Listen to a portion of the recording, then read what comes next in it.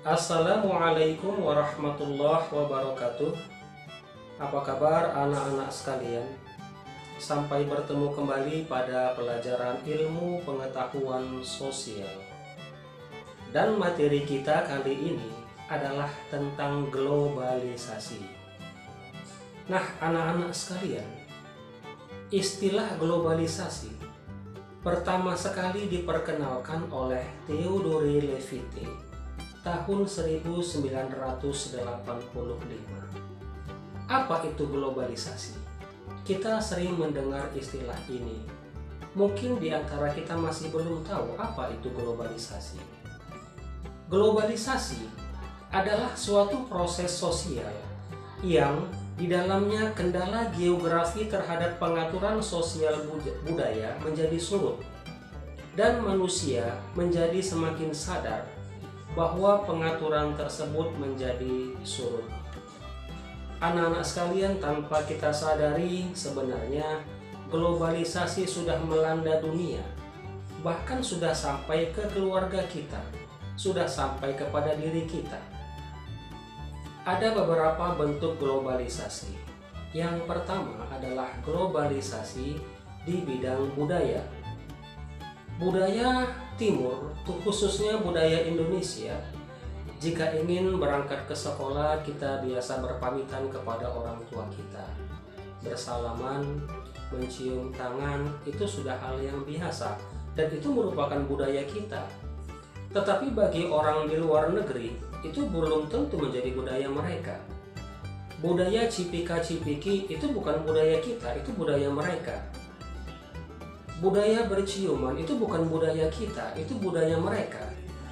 Tapi pada saat ini, sebahagian orang Indonesia sudah menganggap bahwa itu merupakan budaya kita. Dan itulah globalisasi di bidang budaya. Bahasa asing juga sudah masuk ke Indonesia. Saat ini gencar orang belajar bahasa Inggris. Kenapa?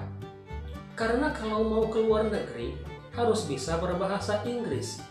Bahasa Inggris sudah merupakan bahasa internasional, digunakan oleh seluruh dunia. Ini adalah salah satu contoh globalisasi di bidang budaya. Bahasa adalah budaya.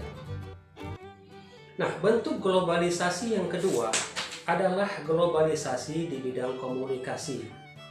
Kalian setiap hari menggunakan gadget, setiap hari menggunakan handphone. Itu adalah globalisasi di bidang komunikasi. Tanpa kalian sadari, semua informasi masuk setiap hari yang berasal dari dalam negeri, dari luar negeri, informasi tentang artis, tentang peperangan dan lain sebagainya. Sudah hal yang biasa pada saat ini menggunakan internet. Sudah hal yang biasa pula pada saat ini menggunakan ponsel, menggunakan laptop. Itu adalah bentuk budaya, bentuk globalisasi dalam bidang komunikasi. Bentuk globalisasi yang ketiga adalah globalisasi dalam bidang ekonomi. Salah satu contoh yang paling jelas adalah perdagangan secara global atau terbuka. Globalisasi ekonomi ini berkaitan erat dengan perdagangan bebas. Anak-anak sekalian, ada beberapa contoh perdagangan bebas, perdagangan internasional. Ada AFTA, ada EFTA, ada juga ekonomi Eropa, kemudian ASEAN, dan OPEC, Organisasi Minyak Dunia. Ini adalah contoh bentuk globalisasi dalam bidang ekonomi.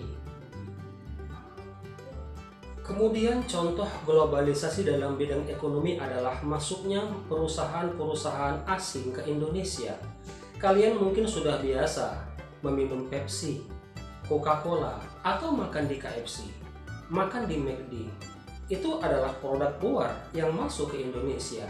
Dan itu adalah bagian dari globalisasi di bidang ekonomi. Anak-anak sekalian, bentuk globalisasi yang keempat adalah globalisasi di bidang iptek ilmu pengetahuan dan teknologi. Nah, anak-anak sekalian, ilmu pengetahuan pada saat ini merupakan elemen yang sangat penting untuk kemajuan sebuah bangsa. Demikian pula halnya dengan teknologi.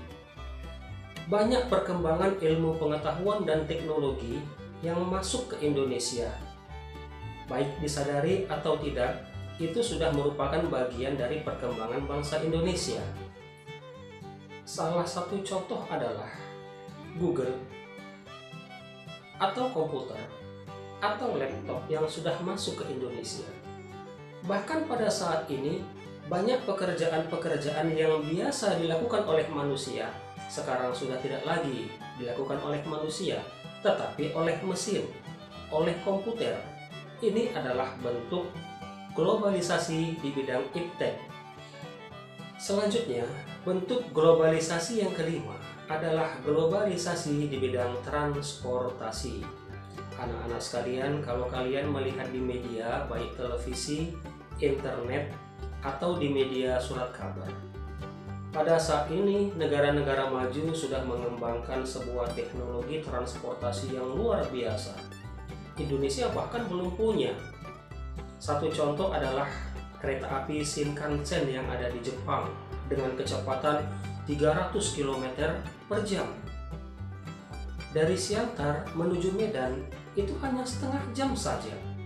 Begitu cepatnya kereta api itu hingga kecepatannya mendunia, dikenal oleh seluruh dunia. Kemudian contoh perkembangan di bidang transportasi yang lain adalah busway.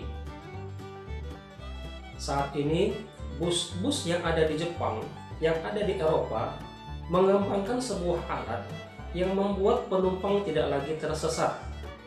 Mereka akan dikendalikan oleh sebuah alat, sebuah mesin yang memberitahu kemana arah mereka, kemana tujuan mereka, sehingga mereka tidak akan tersesat. Itulah anak-anak beberapa contoh perkembangan globalisasi di bidang transportasi. Demikian materi pembelajaran ilmu pengetahuan sosial dari saya tentang globalisasi. Sampai bertemu pada pelajaran yang akan datang. Terima kasih atas perhatian kalian. Mohon maaf atas segala kekurangan. Assalamualaikum warahmatullahi wabarakatuh.